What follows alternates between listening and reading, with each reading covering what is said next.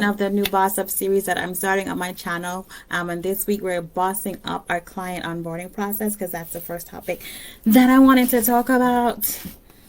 Yesterday on Instagram, I don't know, the volume when I rechecked the video was a little low on Instagram, so I'm bringing it a little closer today. So hopefully you can hear me a lot better on Instagram. So let's get into it. So if you were here yesterday, you know all week long I'm talking about your client onboarding process. Tomorrow, Wednesday, I'll be providing a free checklist that you guys can download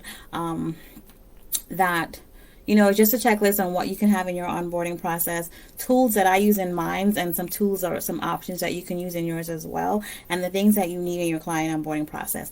And Friday, we'll talk about the three things. If you forget everything that I talked about for the entire week, at least watch the video on Friday where I talk about the 3 C's of your client onboarding process and those 3 things that you need to have in your onboarding process. If you are a service-based business owner, a coach or consultant, or if you are an online business owner. So if you're new to Outsource Monday's channel, wherever you're watching from, my name is Lavelle. I have a virtual assistant business where I provide services to online business owners in the space of, virtual assistant, project management, podcast management, social media management. So my background is in IT. I have my degrees in IT, and I've been an IT project manager for about 7.5 years before I said, you know what, I'm going to start doing this stuff from home. And look what happened with the pandemic. Right now, it's like more common to have business from home. But I started this before the pandemic started, and I've just continued to do it even throughout the pandemic. So Boss Up is a new series that I'm doing, and we're talking about all this week your client onboarding process. And today we're talking about the tools that I use in my business and the tools that you can use as part of your own client onboarding process. Yeah, I need to slow myself down. That's the one thing I know I when I watched the replay yesterday. So if you are watching it live, say hi, because I can never see who's watching. If you're watching the replay, say #replay so I know that you watched it after. So let's get into the 6 tools that I use in my onboarding process. So you can just hear how I use it in mine and then see how it works for your business as well. It will work for most service-based business owners, coaches, and consultants. So one of the first tools that I wanted to talk about is meeting scheduling tool, right? Because now everybody is doing virtual meetings online. So you definitely need to have something set up with a meeting scheduling tool. In my business, I use Acuity Scheduling. I'll tell you why in a second. I'll tell you why with the integration part in a second. But I use Acuity Scheduling. I use it even before you get in as a client, because Acuity allows you to ask specific questions about somebody else's business before they even schedule that meeting with you. For example, I'm getting a reminder. Maybe it's a reminder for this live. I don't know. But I just heard the noise. All right. But Acuity Scheduling allows you to qualify people before you even get on the phone with them. So that's what I love about Acuity. So if somebody is scheduling a meeting with me to talk about me providing services for them, there's a set of answers or questions that they have to answer before they can even schedule that meeting, right? And part of the questions is, what's your pain points in your business and what type of services are you looking for, right? And it gives you a checklist of the services that I offer. Now, if you come to my site, if you just somehow ended up there and you're looking for a virtual assistant and you say, I need a customer service person, somebody who's going to answer the phones all day long in my business, right? When you go to my calendar on Acuity, and you see, okay, these are the services that she offers, and you don't see the customer service, a customer service option on that list, guess what? That's what that's supposed to do. It's supposed to make you be like, oh, okay, she doesn't offer these services, so let me not schedule this meeting with her, right? Don't waste my time and your time, because you can see it's a service that I don't offer. So that's why I use Acuity Scheduling, because you can qualify those people before you even get on a call with them, because they can see, okay, these are the services that she offers. My service that I need is not in there. I don't need to set up that meeting, right? So that's what happens before I even sign on a client. Now, why I still use it as part of my onboarding process is because one of the first things that needs to happen is I need to meet with the clients to say, okay, what's the projects that we're going to start working on, or other information that I need from them. We need to have that first meeting. Now, I love Acuity because it's integrated with the Zoom system, because most everybody uses Zoom today, right? So Acuity is integrated with Zoom. So when they set up that meeting, Acuity automatically sets up the meeting in Zoom. So it's not an extra step that I have to do. Like, I don't have to do anything, right? They go in, they set up the meeting. Acuity hooks it up to Zoom. It creates the meeting for the time that they said. And guess what? It's on my calendar. It's on the client's calendar. And there was nothing that I have to do. Absolutely nothing, right? Well, except join the meeting, right? For the actual meeting day. And that's what I say. As part of your onboarding process, a lot of your things should be automated and streamlined, where you don't have to be going in and being like, did I remember to do this? Did I remember to do that? Like, it's things that you shouldn't have. Well, not that you shouldn't have to remember, but your process should be so streamlined to the point where, okay, you know all of these things are going to happen automatically, and all you have to do is show up for the meeting, right? Isn't that like, doesn't that make sense?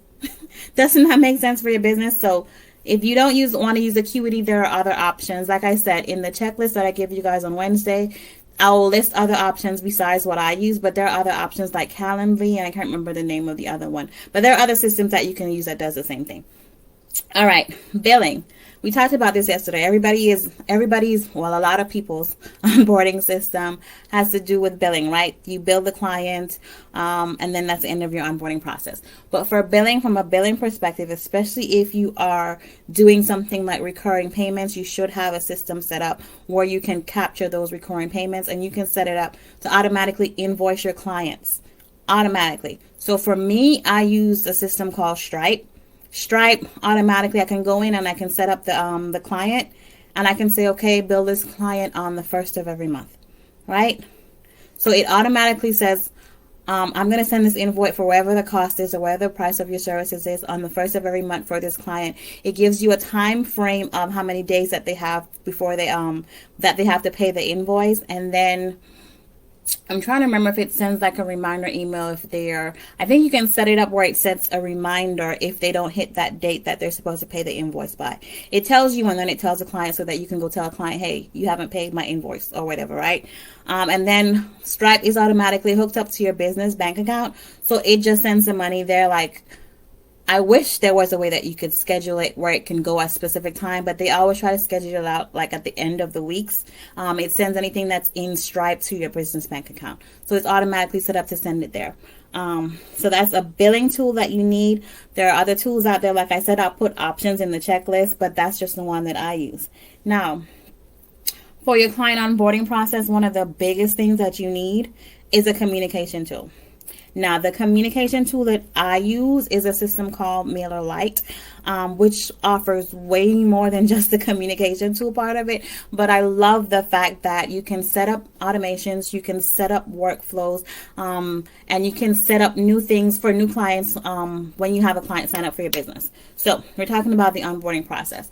So when you have a new client come into your business, here's the only thing that I have to do in MailerLite. I put in the client name, I put in the client email, and I put them in the system, and I put them in the new client funnel. Here's what happens when they go in that new client funnel. When I put them in that new client funnel, they automatically get an email that says, hey, you're a part of the Outsource Mondays family now. Here's what's about to happen next, right? The only thing that I had to do was enter their name and their email. That email automatically goes out. Well, let me back up. I had to set up the automation and I had to set up the workflow. So I'm not telling you that it's going to be completely easy like once you hit the ground running, right? You have to set up the workflow. You have to set up the automation in the beginning. But then once you have a new client, every time that's what automatically happens. An email goes out with a list of things that says, okay, here's what's about to happen next. So you have options like ConvertKit, MailChimp. MailChimp is so cluttered. Like, I tried MailChimp and it didn't work for me. It might work for you, but I found MailerLite to be so easy to use. And it's free up to 1,000 subscribers. And I'm not about to have 1,000 clients in my business, so it's always probably going to be free for me because there's no way I'm going to have 1,000 people on my list. And it's free for up to 12,000 emails a month. I'm not about to send people 12,000 emails a month. So it's still going to be a free service. They have a forever free plan. But if you have like a huge mailing list, I don't know why you would. But if you have a huge mailing list, I think like the first package is like $10 a month, which is still a lot cheaper than a lot of stuff that they have out there. So yeah, MailChimp is another option. Flowdesk is another option. ConvertKit is another option. But I love that communication tool because here's another thing that it does when I have it set up in my workflow. If I send that new client that email, say I send it on Monday, there are things that they have to do so that I can get started on their projects and their services, right? What happens if they don't open that email on Monday? I have my workflow set up where if they don't open that email on Monday, by Wednesday, they're going to get another email that says, hey, what's going on? You didn't open up the email. There are things that needs to happen. There are things that you need to do. You need to go over here and open up your email, right? And it tells you that. And it's not anything that I had to go in and do, right? I didn't have to go in and set it up. Say hi if you're watching. There's not something that I had to go in and set up, right? I set it up that first time and it automatically sends them an email if they have not opened that email, right?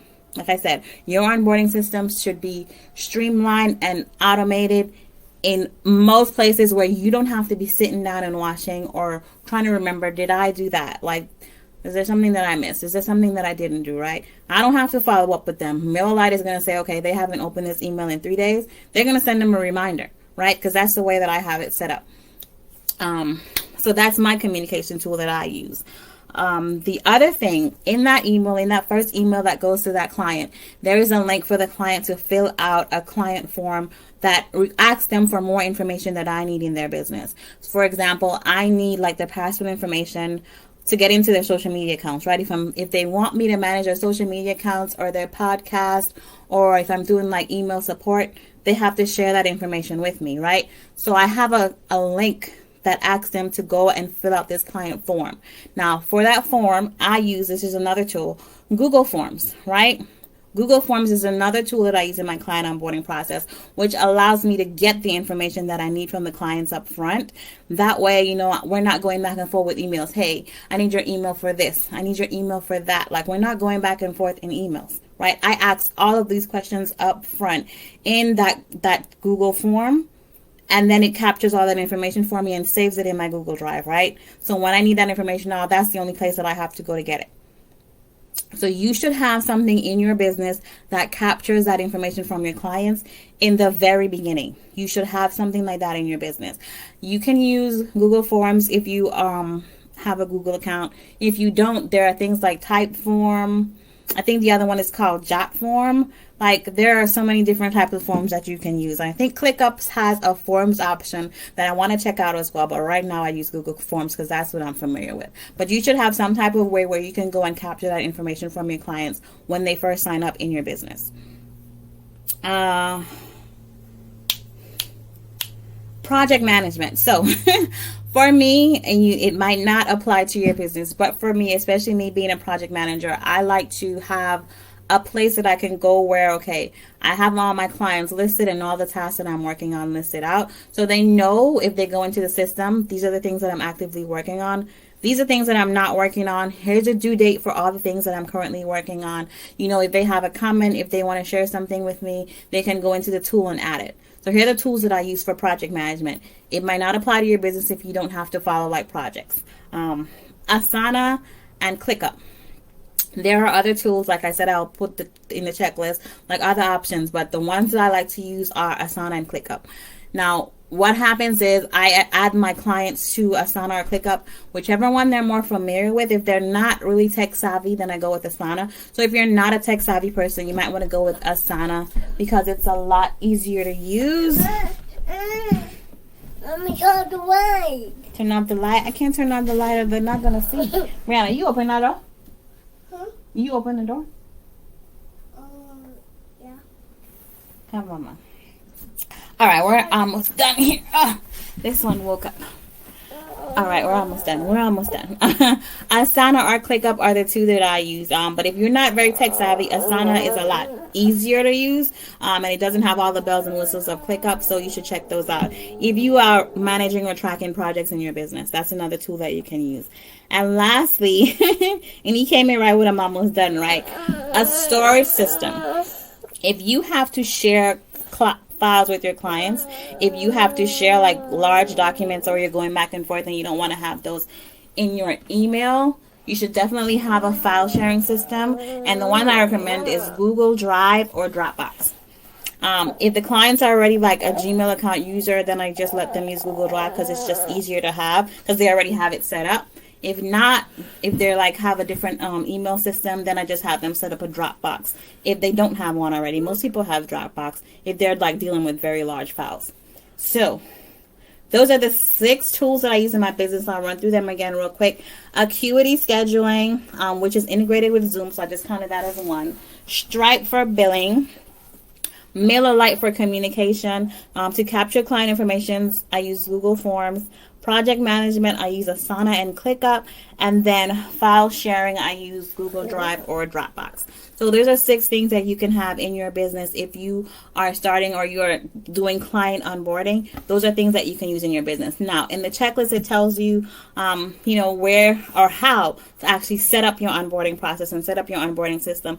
So you'll know exactly when you can use these systems. And I give you tips on how you can set up yours if you're a service-based business owner or a coach or consultant. So tomorrow, I think, what are we talking about tomorrow?